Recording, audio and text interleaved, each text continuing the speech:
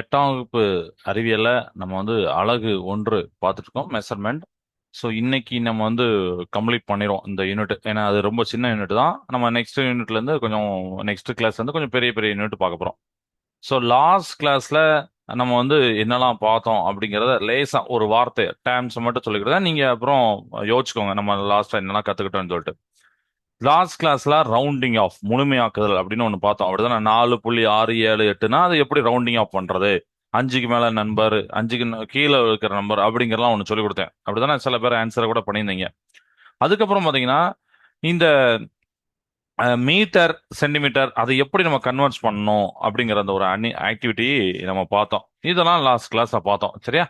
So அந்த டைம்ல பாத்தீங்கன்னா ஒரு அக்யூரேசி அப்படின்னு சொல்லிட்டு லேசா ஒரு டைம் மட்டும் சொல்லியிருந்தேன். அதை தான் நீங்க டீட்டெயிலாக பார்க்க போறோம். அக்யூரேசி அப்படின்னா தமிழ்ல வந்து துல்லியத்தன்மை. ப்ரீசிஷன் அப்படின்னு ஒன்று இருக்கு, அதுக்கு வந்து நுட்பம். ஆல்ரெடி நீங்க இப்போ புக்ல அதை ரீட் பண்ணிருப்பீங்க.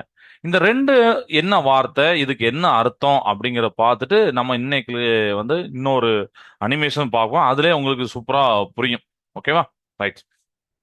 இப்போ ஆஹ், நம்ம வந்து ஒரு புது டாபிக்குள்ள போறதுக்கு முன்னாடி உங்ககிட்ட ஒரு வழக்கம் போல ஒரு கொஸ்டின் கேட்போம்ல. ரைட். இப்ப நிறைய பேர் வாட்ச் போட்டிருப்பீங்கன்னு நினைக்கிறேன். யாரெல்லாம் வாட்ச் போட்டிருக்கீங்க? வாட்ச் போட்டிருக்கீங்களா? Very good. மணி பார்க்கலாம் தெரியும். Very good, good. அதே மாதிரி நீங்க வாட்ச் கட்டியிருக்கீங்க. அது போதாதுன்னு நம்ம ஸ்கூல்ல இல்ல வீட்ல கடியாரம் தொங்கும். பார்த்திருப்பீங்களா? பார்த்திருப்பீங்க. அதுலயும் மணி பார்ப்பீங்க. கரெக்டா? ரைட். சோ இந்த சில பேருடைய வாட்ச் இல்ல சில வீட்டில் இருக்கக்கூடிய அந்த கடியாரம் பாத்தீங்கன்னா ஒரு மாடல் இருக்கும். இன்னொரு ஒரு மாடல் இருக்கு. அது என்ன? சில பேர் வீட்டில் பாத்தீங்கன்னா இல்ல சில பேர் போட்டிருக்கிறது வந்து ஹேண்ட்ஸ் அப்படின்னு சொல்லக்கூடிய முட்கள் அடிமாங்க தமிழ்ல. அத இந்த வார்த்தையோட சொல்லுவோம். சின்ன முள் எங்கப்பா இருக்கு, பெரிய முள் எங்கப்பா இருக்கு. ஃபர்ஸ்ட் ஃபர்ஸ்ட் நம்மளுக்கு மணி பார்க்கறதுக்கு சொல்லித்தர டீச்சர் வந்து இப்படிதான் சொல்லுவாங்க. அப்படித்தானே? ஃபர்ஸ்ட் எடுத்தோன்னு டிஜிட்டல் சொல்லி தர மாட்டாங்க. அதாவது நம்பர்ஸ் போட்டு பார்த்துட்டே 12:40 அப்படிலாம் வராது. அந்த கடிகாரத்தை மணி பார்க்கறதுக்கு நம்மளுக்கு அதை சொல்லி தருவாங்க. சின்ன முள் எதுல இருக்கு, பெரிய முள் எதுல இருக்குன்னு சொல்லுவாங்களா? ரைட். ஸோ இந்த ஹேண்ட்ஸ் அப்படிம்பாங்க அது இங்கிலீஷ்ல. சில கடிகாரங்கள்ல இந்த முட்கள் பாத்தீங்கன்னா சுத்திக்கிட்டே இருக்கும். கரெக்டா? சில வாட்ச்ல சில கடிகாரத்தை பாத்தீங்கன்னா வெறும் எண்கள் மட்டும் தான் வரும். டைரக்டா 12.40, 11.03 அப்படின்னு எக்ஸாக்டா அப்படி வந்துடும். அப்படிதான் இதுதான் வெறும் எண்கள் அப்படின்னு சொல்றோம்னா இதை வந்து டிஜிட்ஸ் அப்படின்னு நம்ம சொல்லுவோம். எண்களை டிஜிட்ஸ் அப்படின்னு சொல்றோம். இந்த மாதிரி அது டைரக்டா காட்டும். ஏன் வித்தியாசம்? ஏன் ஹேண்ட்ஸ் முட்களை வச்சு ஒரு கடிகாரத்தை பார்க்குறோம், நம்பர்ஸ் வச்சு பார்க்குறோம், என்ன வித்தியாசம் அப்படின்னு பார்த்தீங்கன்னா இந்த ரெண்டுமே பார்த்தீங்கன்னா டைமை மெஷர் பண்றது தான். யாரை மெஷர் பண்றது? டைம் தானே. ஒரு பீரியட் முடியுது, பீரியட்னாலே அது ஒரு கால அளவு. அப்படிதானே? 40 நிமிஷம் அப்படிங்கிறது ஒரு கால அளவு. அதனால நம்ம பீரியட் பீரியட்னு சொல்றோம். ஒரு பீரியட் முடிஞ்சிட்டாப்பா அப்படின்னு கேட்கறோம்ல, அப்ப 40 நிமிஷம் முடிஞ்சிட்டா அப்படின்னு சொல்றோம். சரிங்களா? அப்போ ரெண்டுமே இந்த டிஜிட்டலும் சரி, இந்த மாதிரி முட்களை வச்சிருந்தும் சரி, என்ன காட்டுதுன்னா டைம் தான் காட்டுது. கரெக்டா? சோ காலத்தை அளக்கிறதுக்கு வெவ்வேறு வகையான கடிகாரங்களை நாம பயன்படுத்துறோம். இது கிளியரா? சோ அதுல ரெண்டு, இப்ப நம்ம முட்கள் அப்புறம் டிஜிட்டல் சொல்றோம்னா அதுக்கு பேரு ஒண்ணு உண்டு. தமிழ்ல பாத்தீங்கன்னா ஒப்புமை வகை கடிகாரங்கள் அப்படின்னு. அந்த கடிகாரத்துல ரெண்டு டைப் இருக்கு. ஒன்னு ஒப்புமை வகை கடிகாரங்கள். அததான் இங்கிலீஷ்ல என்ன சொல்லுவாங்கன்னா அனலாக் கிளாக்ஸ் அப்படிம்பாங்க. Analogue clocks. ரெண்டாவது அந்த நம்பர்ஸ் மட்டும் காமிக்கல, அததான் எண்ணிலக்க கடிகாரங்கள், எண்ணிலக்க வகை கடிகாரங்கள். சரிங்களா? இப்படி இருக்கு. சோ இது என்ன அப்படின்னு பார்க்கறதுக்கு முன்னாடி நான் வந்து இந்த ரெண்டு கடிகாரமும் எப்படி இருக்கும் அப்படிங்கிற ஒரு ஆக்டிவிட்டி காமிக்கிறேன். இப்போ பாருங்க, நான் என்னுடைய ஸ்கிரீனை உங்களுக்கு ஷேர் பண்றேன். அதுலயே உங்களுக்கு தெரிஞ்சிரும் ரெண்டுமே எப்படி இருக்கு அப்படிங்கிறது. ஒரு நிமிஷம்.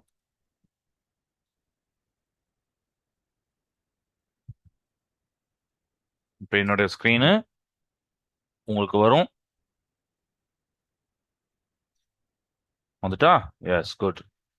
இப்போ நீங்க உங்க ஸ்கிரீன்ல நான் சொன்னா அனலாக் டிஜிட்டல் முட்கள் இருக்கக்கூடியதெல்லாம் அனலாக், தமிழ் என்னது? ஒப்புமை வகை கடிகாரங்கள்.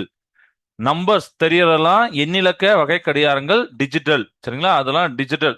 ஸோ இங்கிலீஷ்ல அதை டிஜிட்டல் சேர்த்தலைறேன். இப்ப நீங்களே சூஸ் பண்ணுங்க பாப்போம். எப்படி சூஸ் பண்ணலாம்? ஃபர்ஸ்ட் இதை நம்மளுக்கு ஃபர்ஸ்ட் கடிகாரத்தை எடுப்போமே, இதை எடுப்போம். 12.30 சூப்பரா காமிக்கி, நம்பர்ஸை காமிக்கி. எங்க டைரக்டா இங்க தூக்கி போடலாமா, அனலாக்ல போடலாமா, டிஜிட்டலா?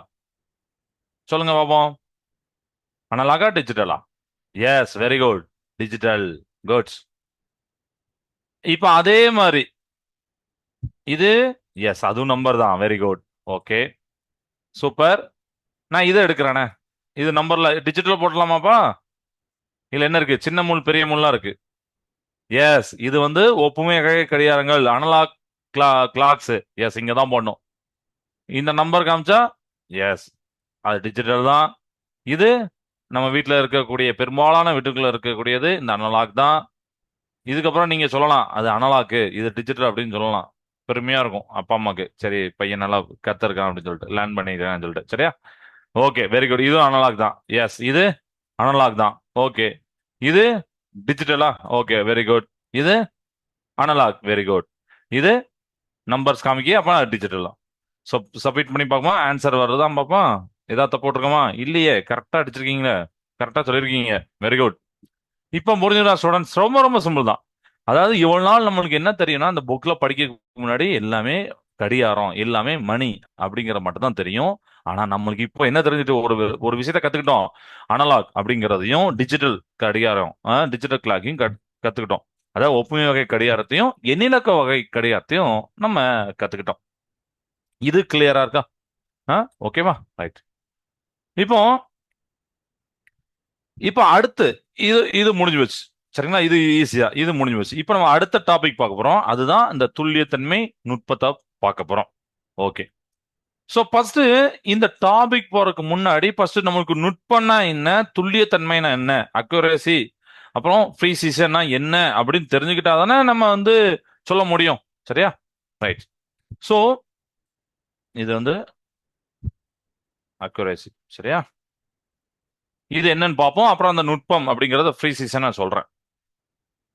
இது நம்ம சயின்டிபிக்ல ரொம்ப ரொம்ப இம்பார்ட்டண்டா யூஸ் பண்ணக்கூடிய கான்செப்ட்.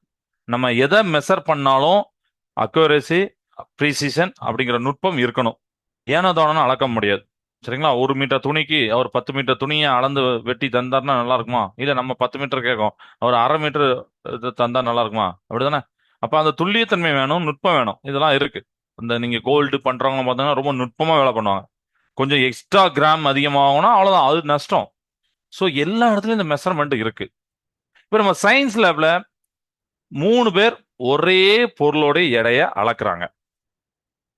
ஒருத்தர், 2 பேரு, மூணாவது ஒருத்தர். 3 பேரும் ஒரே பொருளோட அளக்குறாங்க. வேற யாரும் புது பொருள்லாம் இல்ல, ஒரே பொருள். இப்போ அந்த பொருளோட உண்மையான எடை 5 கிலோகிராம், 5 kg. சரியா?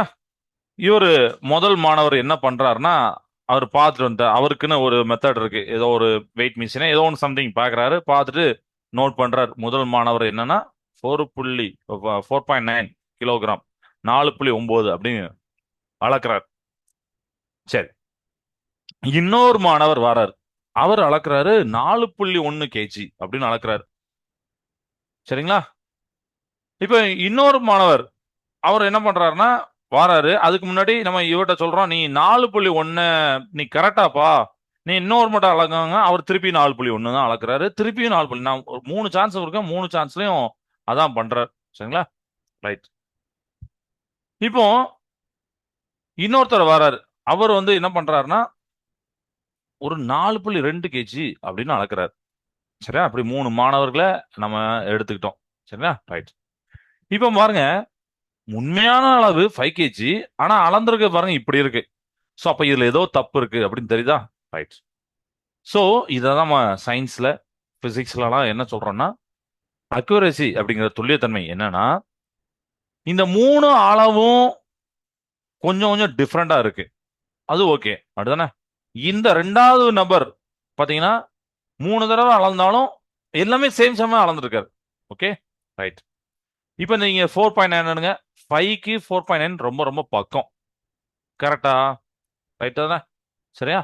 ஸோ இதை தான் என்ன சொல்லுவாங்கன்னா உண்மையான மதிப்பு, ட்ரூ வேல்யூ அப்படின்னு சொல்லுவாங்க. இதை அந்த 5 kg ட்ரூ வேல்யூ அல்லது தமிழ்ல உண்மையான வேல்யூ.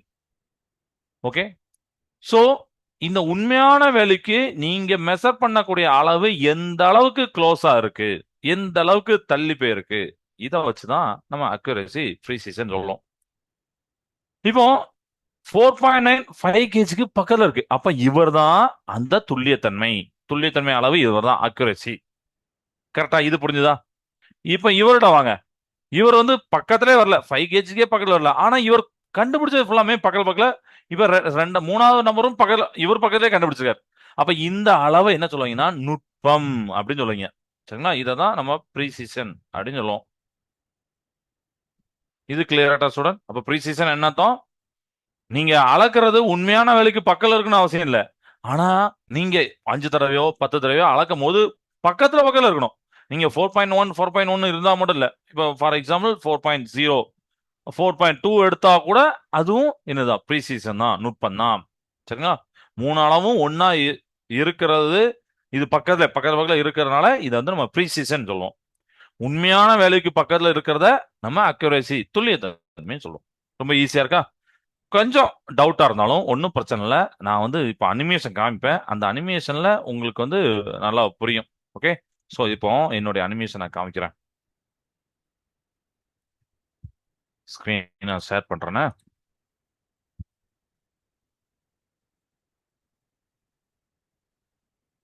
ஏன்னா ஃபர்ஸ்ட் நம்ம இன்ட்ரோடக்ஷனா அக்யூரசி, ப்ரீசிஷன், துல்லியத்தன்மை, நுட்பம் என்ன தெரிஞ்சுக்கிட்டு அந்த அனிமேஷன் பார்த்தாதான் உங்களுக்கு புரியும். நான் டைரக்டா அந்த அனிமேஷன் காட்டினா இது எது அப்படின்னு புரியாது. சரியா? ரைட். இப்போ ஸ்க்ரீன் தெரியும். எஸ், இப்போ தெரியுது. இப்போ நம்ம பார்க்க போறது துல்லியத்தன்மையும் நுட்பத்தையும் பார்க்க போறோம்.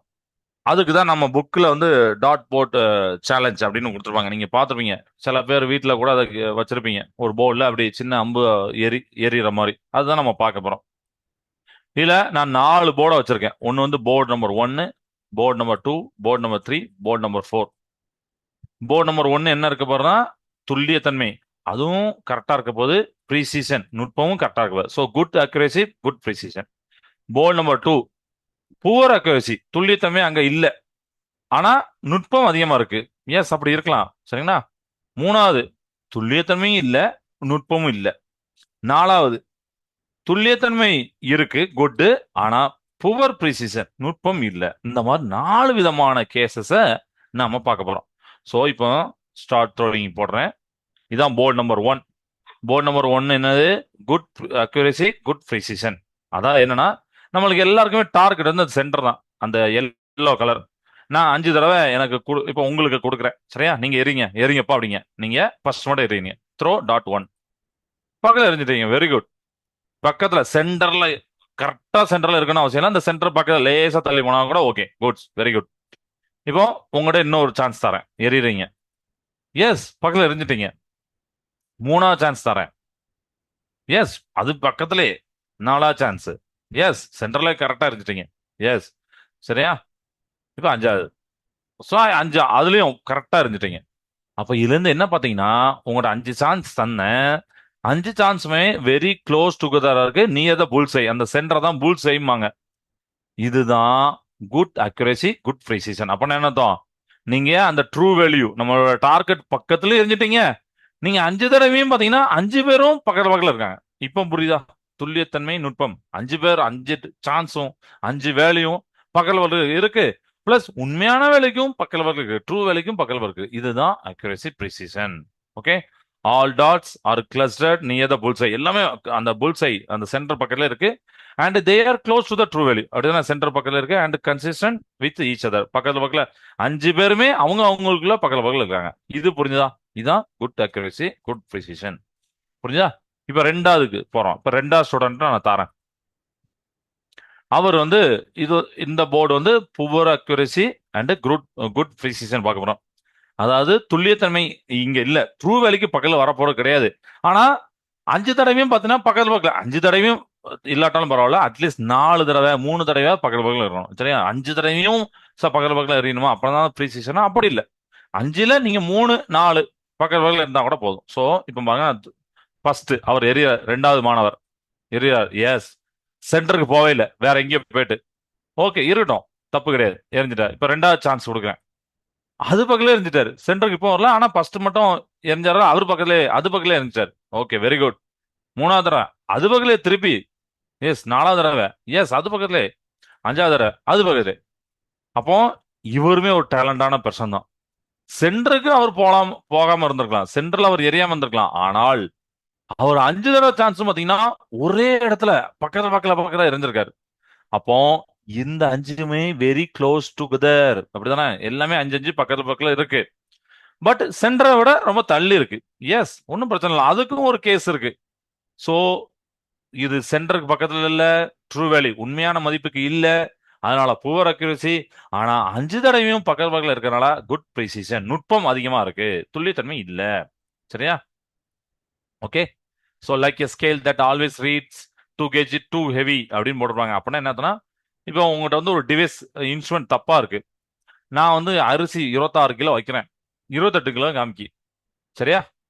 அப்போ நீங்க வந்து என்ன பண்றீங்க, அடுத்து வேற ஏதாவது ஒரு 10 kg பொருளை கொண்டு வர சொல்றீங்க. நான் 10 kg வைக்கிறேன், அது என்ன என்ன காமிக்குன்னா 12 kg 12 kg காமிக்கு. அடுத்தது ஒரு 5 kg வச்சா 7 kg காமிக்கு. ஸோ இதுல என்னன்னா தப்பா தான் காமிக்கி, கரெக்டான அந்த பொருளுடைய எடையை அது காமிக்கல. ஆனா எல்லா வெயிட்டுக்குமே ரெண்டு ரெண்டா கரெக்டா ரெண்டு ரெண்டா அதிகப்படுத்தி காமிக்கி. இது பொதுவா அந்த கடையில எல்லாம் சொல்லுவாங்க, ஆமா ஒரு 500 கிராம் அதிகமா காமிக்கி அப்படிம்பாங்க. சரியா? சோ அதுதான் ப்ரீசிஷன். இது கிளியரட்டா ஸ்டூடெண்ட்? இது ரெண்டாவது கேஸ். இது உங்களுக்கு புரிஞ்சிருக்கும். மூணாவது கேஸ் போலாமா? மூணாவது கேஸ் என்ன? ரெண்டுமே இல்ல, புவர் அக்யூரசி புவர் ப்ரீசிஷன். எரிஞ்சு பாப்போமே. ஃபர்ஸ்ட் டாட் ரொம்ப தள்ளி போயிட்டாரு, ஓகே. ரெண்டாவது வேற பக்கம் போயிட்டாரு. மூணாவது எரிங்க, மூணு வேற பக்கம். நாலாவது சென்டர் பக்கத்துல இருந்தாரு, ஆனாலும் அது நம்ம சொல்ல முடியாது, அப்படிதானே? அஞ்சாவது திரும்பி வேற பக்கம் போயிட்டாரு. ஸோ எல்லாமே ஸ்கேட்டர்ட் எவ்ரிவேர், அப்படின்னா யாருமே பக்கத்துல பக்கத்துல இல்ல. சென்டர் பக்கத்துல ஒரே ஒரு ஆளு தான் சென்டர் பக்கத்துல இருந்தா, ஆனா நம்ம அதை எடுக்க முடியாது. ஏன்னா ஒரு 5ல 4 3 உங்களுக்கு சென்டர் பக்கம் இருக்கணும் இல்ல. சோ இவர் தான், துல்லியத்தன்மையும் கிடையாது, என்னது நுட்பமும் கிடையாது. இது கிளியரட்டா ஸ்டூடெண்ட்? குட்ஸ். இதுவும் புரிஞ்சிருக்கும் நான் நம்புறேன், இந்த அனிமேஷன். ஈவன் லாஸ்ட் இதுல என்ன பார்க்க போறோம்? குட் அக்யூரசி, துல்லியத்தன்மை இருக்கான். அப்ப ட்ரூ வேல்யூ பக்கத்துல இருக்கான், ஆனா புவர் ப்ரிசிஷன் ஆனா பக்கத்துல பக்கத்துல இல்லையா? ஓ, இப்படி ஒரு கேஸா? பாப்போமா என்னன்னு. டாட் எஸ், ஃபர்ஸ்ட் இடத்துல தள்ளி போயிட்டாரு, ஓகே. ரெண்டாவது பார்ப்போம். Okay okay okay okay right, super. So இதுல பாருங்க, குட் அக்யூரசி எஸ் இருக்கு. நீங்க பெரும்பான்மையா பார்க்கணும், யார் மெஜாரிட்டின்னு பார்க்கணும். 5 பேர்ல 2 பேரு அந்த ட்ரூ வேல்யூக்கு பக்கத்துல வந்துட்டாங்க. ஓகே, அப்ப குட் அக்யூரசி நம்ம எடுத்துடலாம். நான் சொன்னோம்னா யாருமே இல்லாட்டாதான் பிரச்சனை. இங்க 2 பேர் இருக்காங்க. ஓகே. புவர் ப்ரிசிஷன் 5 பேரும் பக்கத்துல பக்கத்துல இல்ல, 3 பேர் ரொம்ப தள்ளி இருக்காங்க, 2 பேர் மட்டும் தான் பக்கத்துல இருக்காங்க. பட் அவங்க நம்ம ப்ரிசிஷன் சொல்ல மாட்டோம், சரிங்களா? ஏன்னா 3 பேர் பெரும்பான்மையில யார் இருக்கா? 3 பேர் தள்ளி தள்ளி இருக்காங்க. அந்த பெரும்பான்மையை நம்ம பார்க்கணும், மெஜாரிட்டி பார்க்கணும். எத்தனை ரீடிங்ல நீங்க மெஜாரிட்டி எது பக்கத்துல எடுக்கிறீங்க அப்படிங்க பார்க்கணும். சோ ஸ்கேட்டர் அரௌண்ட் த புல்சை, புல்சை அந்த சென்டரோட அப்படி தள்ளி தள்ளி இருக்கு. This is good accuracy, poor precision. Average is near the true value but results R inconsistent. அதாவது என்னன்னா, இப்போ இந்த 5 ரீடிங் எடுக்கீங்களா, நீங்க உங்களுக்கு டவுட் வரும், சார் எது சார் கரெக்டான ரீடிங் அப்படின்னா. பொதுவா இந்த மாதிரி நம்ம பிசிக்ஸ்ல எக்ஸ்பிளைன் பண்ணும்போது டைரக்டா ஒரு ரீடிங்கை மட்டும் எடுத்துட்டு பண்ணக்கூடாது, தப்பு. நீங்க நீங்க 11th 12th பிசிக்ஸ் லேப்லாம் பண்ணுவீங்க. ஓ, அந்த ரெக்கார்ட் நோட் எழுதுவீங்க, அதுல பாத்தீங்கன்னா ஒரே ஒரு ரீடிங் மட்டும் போட மாட்டீங்க, 5 ரீடிங் போடுவீங்க. உங்க அண்ணன் அக்கா யாராவது எழுதுனா நீங்க பாருங்க, நீங்க கேளுங்க உங்க அண்ணன் அக்காட்ட கேளுங்க, எதுக்கு 5 ரீடிங் எழுதுவீங்கன்னு கேளுங்க. அவங்க சொன்னாங்கன்னா குட். ஓகே. சோ ஏன்னா எரர் வர சான்சஸ் இருக்கும், பிழை வரக்கு சான்சஸ் இருக்கும். ஸோ அந்த பிழைய நம்ம குறைக்கிறதுக்கு தான் இந்த மாதிரி 5 6 தடவை எடுத்து ஆவரேஜ் பண்ணுவாங்க, சரிங்களா? ஒன்னு வந்து 1 இருக்கும், இன்னொன்னு 3 இருக்கும், இன்னொன்னு 8 இருக்கும், இன்னொன்னு 4 இருக்கும். ஸோ எல்லாத்தையும் கூட்டி அதை நம்பரால வகுக்கும் போது ஒரு ஆவரேஜா 3.5 கிடைக்குன்னா அதுதான் ஒரு ஒரு பிழை கம்மியான ஒரு ரீடிங். அதுக்கான இது இந்த மாதிரி நிறைய ரீடிங் எடுக்கிறாங்க, சரியா? ஏன்னு இப்ப தெரிஞ்சுக்கிட்டீங்கன்னா, ஸோ ஃபைனல் கம்பேரிசன் போலாமா? 4 டாட் காமிச்சிட்டேன் பாருங்க. அப்போ இதை மேபி நீங்க மொபைல பாக்குறீங்கன்னா ஸ்கிரீன்ஷாட் எடுத்து வச்சுட்டு அப்புறமா பொறுமையா பாருங்க, சரியா? இல்லாட்டா நம்ம யூடியூப் சேனல்ல இருக்கு, நீங்க அதை பார்த்துடலாம். ஓகே. அப்புறமா டவுட் வரும்போது நீங்க யோசிச்சு பார்க்கணும், டவுட் வந்தா பிறகு இதை பார்க்கணும். Good poor precision, poor precision, oh இப்படி இருக்கா? குட் அக்யூரேசி, புவர் ப்ரிசிஷன் இப்படி இருக்கா? எப்படி இந்த குட் ரெண்டுமே குட்டுங்கிறது எப்படி அழகா இருக்கு அப்படிங்கறலாம் அண்ட் இதுவும் ஒரு நல்ல அழகா தான் இருக்கும். டார்கெட் பக்கம் வரட்டாலும் ஆனா 5 பேரும் ஒண்ணா இருக்காங்க. சரிங்களா? ஸோ இந்த மாதிரி கேஸ் பார்க்கலாம். ஸோ இது உங்க புக்ல இருக்கக்கூடிய அக்யூரேசி அண்ட் ப்ரிசிஷன். இது கிளியரா ஸ்டூடெண்ட்? இதுல எதுவும் டவுட் இருக்கா? உங்களுக்கு டவுட் இருந்தா கேட்கலாம், சாட் பாக்ஸ்ல கேட்கலாம், இல்ல அன்மியூட் பண்ணி கூட கேட்கலாம். சார் எனக்கு இந்த அந்த கேஸை மட்டும் திருப்பி சொல்லுங்க சார்னா, எஸ் வெரி குட், நாங்க அதை வந்து எத்தனை தடவைனாலும் சொல்லதுக்கு ரெடி. பட் நீங்க தான் கேட்கணும். கரெக்டா? ஓகே. ஸோ இப்போ நம்ம பார்த்ததை லேசா பார்த்துட்டு நம்ம அடுத்து ரீகேப் பண்ணிட்டு உங்களுக்கு 5 வேர்ட்ஸ் டிக்டேஷன் வேர்ட்ஸ் கொடுக்குறேன். சரிங்களா? சரி. ஸோ இப்போ என்ன பார்த்தோம் அப்படின்னா அக்யூரேசி ப்ரிசிஷன். ஸோ அக்யூரேசினா என்ன, துல்லியத்தன்மை என்னன்னு இதை மட்டும் ஞாபகம் வச்சுக்கோங்க. அக்யூரேசினா க்ளோஸ் டு ட்ரூ வேல்யூ, உண்மையான மதிப்புக்கு மிக அருகில். ஒரு ஹிண்ட் மாதிரி சொல்றேன். சரிங்களா? ப்ரீசிஷன், ஏன்னா இதோட தமிழ் அர்த்தம் இங்க இருக்கு, அதனால இதை நான் இங்கிலீஷ்ல மட்டும் இதுல எழுதுறேன். ப்ரீசிஷன் நுட்பம். நுட்பம் என்ன அர்த்தம்?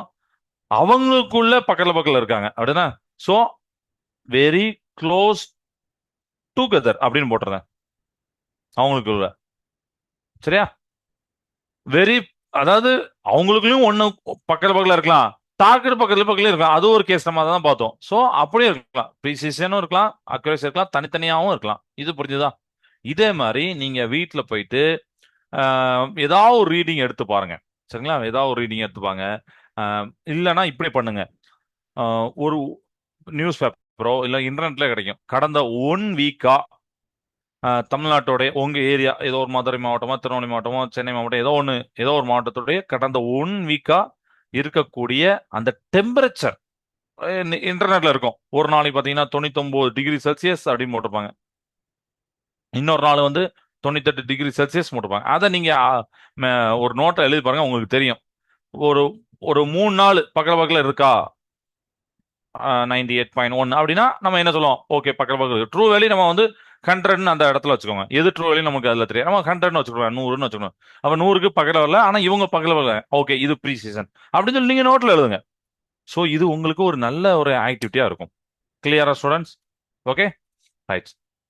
ஸோ நாம எய்கிற அன்புகள் அந்த டாட் பாத்தீங்கன்னா கரெக்டா சென்டர்ல போய் விழுந்து, புட் சைட்ல போய் விழுந்து, அந்த எல்லோ கலர்ல போய் விழுந்துன்னா துல்லியத்தன்மை இருக்கு.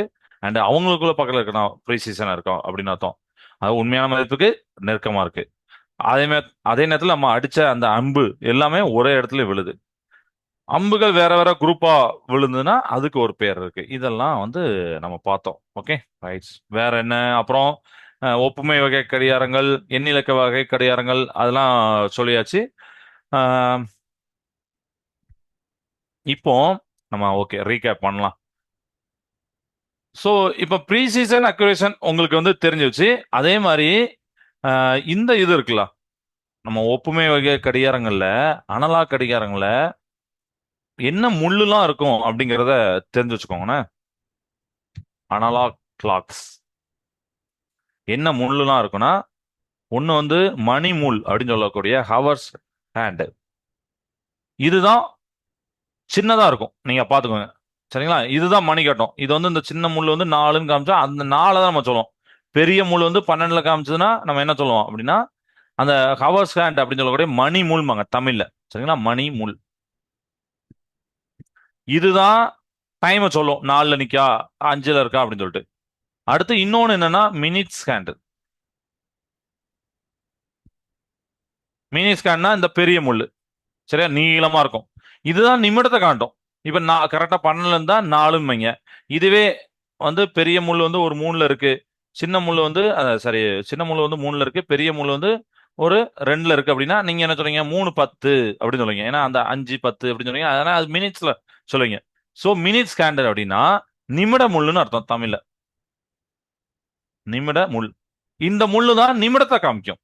ஓகே, இது போக ஒரு சின்னதா இருக்கும், அதுதான் செகண்ட் ஸ்கேன், வினாடி முள்ளுன்னு. அது இதுல நடுவுல சின்னதா இருக்கும். சில பேர்ல மேக்ஸிமம் இந்த 2 முள்ளு தான் இருக்கும். ஏன்னா செகண்ட் ஸ்கேன் வந்து நம்ம மேக்ஸிமம் செகண்ட் நம்ம சொல்லவே மாட்டோம், அப்படிதானே?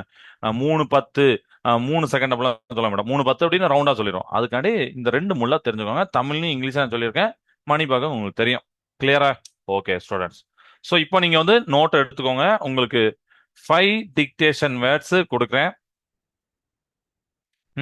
ஓகே, இதை ஃபர்ஸ்ட் ஸ்கிரீன் அழிச்சிடறேன், ஏன்னா இந்த வார்த்தை வரக்கூடாதுல்ல. ஃபர்ஸ்ட் வேர்டு எழுதிக்கோங்க, துல்லியத்தன்மை, அக்யூரசி. துல்லியத்தன்மை, அக்யூரசி.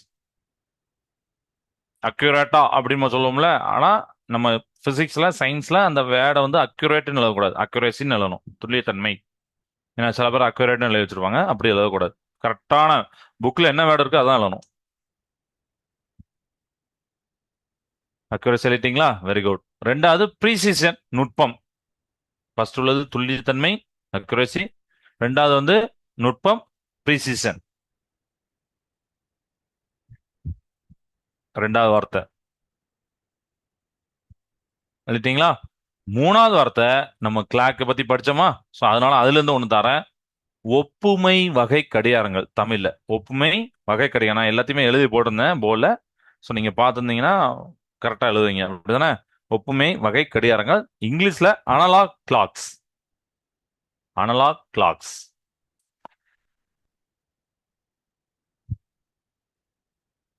Analogue clocks. துல்லியத்தன்மை, நுட்பம், அக்யூரசி, ப்ரீசிஷன். இப்ப அனலாக் கிளாக்ஸ், ஒப்புமை வகை கடிகாரங்கள் சொல்லிட்டேன். நாலாவது வார்த்தை எண்ணிலக்க வகை கடிகாரங்கள். இங்கிலீஷ்ல டிஜிட்டல் கிளாக்ஸ். ஸோ அது ஆரம்பத்திலே நம்ம அந்த இது பார்த்தோம், ஆக்டிவிட்டி பார்த்தோம், அப்படிதானே? எங்கெங்க எந்தெந்த கிளாக்கை நம்ம பண்ணணும் அப்படின்னு சொல்லிட்டு மேட்ச் பண்ணோம், அப்படிதானே? ஸோ நாலாவது வார்த்தை எண்ணிலக்க வகை கடிகாரங்கள், டிஜிட்டல் கிளாக்ஸ். ஸோ இப்போ அஞ்சாவது வார்த்தை பார்க்க போறோம். அஞ்சாவது வார்த்தை ரொம்ப ஈஸியான, ரொம்ப இம்பார்ட்டன்ட் வார்த்தை, அளவீட்டியல் மெஷர்மெண்ட். அளவீட்டியல் மெஷர்மெண்ட். ஸோ அஞ்சு வார்த்தையும் உங்களுக்கு துல்லியத்தன்மை, ப்ரீசிஷன், துல்லியத்தன்மை, அக்யூரசி, நுட்பம், ப்ரீசிஷன், ஒப்புமை வகை கடிகாரங்கள், அனலாக் கிளாக்ஸ், எண்ணிலக்க வகை கடிகாரங்கள், டிஜிட்டல் கிளாக்ஸ், அளவீட்டியல் மெஷர்மெண்ட். எல்லாமே எழுதிட்டீங்களா? ஸோ இதை கண்டிப்பா அனுப்பணும். அண்ட் கோஆர்டினேட்டர் நீங்க வந்து அந்த ஃபீட்பேக் கண்டிப்பா சப்மிட் பண்ணும், சரிங்களா? அதை நீங்க கரெக்டா பண்ணிக்கோங்க. டெய்லி எல்லா கிளாஸும் பண்ணணும். ஓகே ஸ்டூடெண்ட்ஸ், இப்போ உங்களுக்கு ஒரு ஹோம் ஆக்டிவிட்டி, வீட்டு பாடம் ஹோம் ஆக்டிவிட்டி கொடுக்குறேன். நீங்க என்ன பண்ணுங்கன்னா, இன்னைக்கு வீட்டுக்கு போன பிறகு உங்க வீட்டில், அப்புறம் பக்கத்து வீட்டில், நீங்க ஏதாவது வாட்ச் கட்டிருந்தீங்கன்னா வாட்ச், இல்ல உங்க ஃப்ரெண்டு ஏதாவது வாட்ச் கட்டிருந்தா வாட்ச், எல்லாத்தையும் பாருங்க. பார்த்துட்டு எத்தனை அனலாக் இருக்கு, எத்தனை ஒப்புமை கடிகாரங்கள் இருக்கு, எத்தனை டிஜிட்டல் எண்ணிலக்க வகை கடிகாரங்கள் இருக்கு அப்படின்னு கவுண்ட் பண்ணி ஒரு சின்ன டேபிள் போட்டுவாங்க. அனலாக் 5, நான் இன்னைக்கு ஒரு காலையில் வரைக்கும் ஒரு 5 பார்த்தேன், 5. டிஜிட்டல் கூட இருக்கலாம், குறைய இருக்கலாம், 10. சில பேர் வீட்டில் அனலாக் யூஸ் பண்ணாங்க, கம்ஃபர்டபுளாக இருக்கும். சில பேர் வீட்டில் டிஜிட்டல் யூஸ் பண்ணாங்க. உங்கள் ஸ்கூல்லலாம் மேக்ஸிமம் டிஜிட்டல் யூஸ் பண்ணலாம், அப்படிதானே? ஸோ அந்த மாதிரி டேபிள் போட்டுக்கோங்க. ஓகே. அதுக்கப்புறம் ரெண்டாவது ஹோம் ஒர்க் என்னன்னா, இப்போ நான் அக்யூரசி, ப்ரீசிஷன்னா அதை நான் ஏற்கனவே சொன்னேன், இந்த ஒரு நியூஸ் பேப்பர் எடுத்து வாரத்தில் உண்டான அந்த டெம்பரேச்சர் வச்சு செக் பண்ணி அந்த நோட் பண்ணி பாருங்க, அக்யூரேசியா இருக்கா, ப்ரீசிஷன் இருக்கா. அதை படிச்சுட்டு வாங்க. அக்யூரேஷன் என்ன, அந்த டெஃபினிஷன், வரையறை, சரிங்களா? அக்யூரேஷன் என்ன, ப்ரீசிஷன் என்ன. முக்கியமா என்னன்னா, அந்த டெஃபினிஷன் மட்டும் படிச்சு எழுதக்கூடாது. உதாரணம் எக்ஸாம்பிள் சேர்த்தலாம். இப்படி இருந்தா, இந்த அளவு இப்படி இருந்தா இது. நான் அதனால அனிமேஷன் காமிச்சேன். நான் சொல்லிட்டு மட்டும் போயிருக்கலாம்னே. நான் எதுக்கு அனிமேஷன் காமிச்சேன்? உங்களுக்கு நல்லா புரியணும்காண்டி. ஸோ எக்ஸாம்பிளும் சேர்த்து எழுதணும், எடுத்துக்காட்டுகளோட சேர்த்து எழுதணும், சரிங்களா? இதை பண்ணிடலாமா? ஓகே, சரி. ஏதாவது டவுட் இருக்கா இன்னைக்கு கிளாஸ்ல? ஸோ இந்த கிளாஸோடைய நம்மளுக்கு ஃபர்ஸ்ட் யூனிட் மெஷர்மெண்ட் முடிஞ்சது, அளவீட்டியல். நம்ம நெக்ஸ்ட் கிளாஸ்ல இருந்து செகண்ட் யூனிட் போக போறோம். ஸோ இன்ட்ரெஸ்டா இருக்கா? செகண்ட் யூனிட் பார்க்கலாம். ஓகே, டவுட் எதுவும் தான் சேட்ல சொல்லுங்க, இல்ல அன்மியூட் பண்ணி கூட சொல்லுங்க.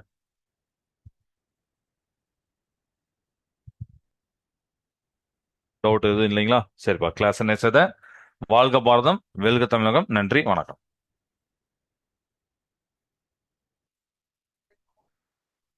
Good evening students. இன்னைக்கு நம்ம 10th ஸ்டாண்டர்ட் மேக்ஸ்ல ஃபர்ஸ்ட் லெசன் பார்த்துட்டு இருக்கோம். ஸோ ஃபர்ஸ்ட் லெசன்ல பார்த்தோம்னா இது வரைக்கும் என்னென்ன பார்த்துருக்கோம் அப்படிங்கிறது பார்த்தீங்கன்னா, ஃபர்ஸ்ட் 1.1 எக்ஸசைஸ்க்கான ordered pairs and Cartesian product பார்த்தோம். அப்புறம் 1.2 எக்ஸசைஸ்ல ரிலேஷன்ஸ்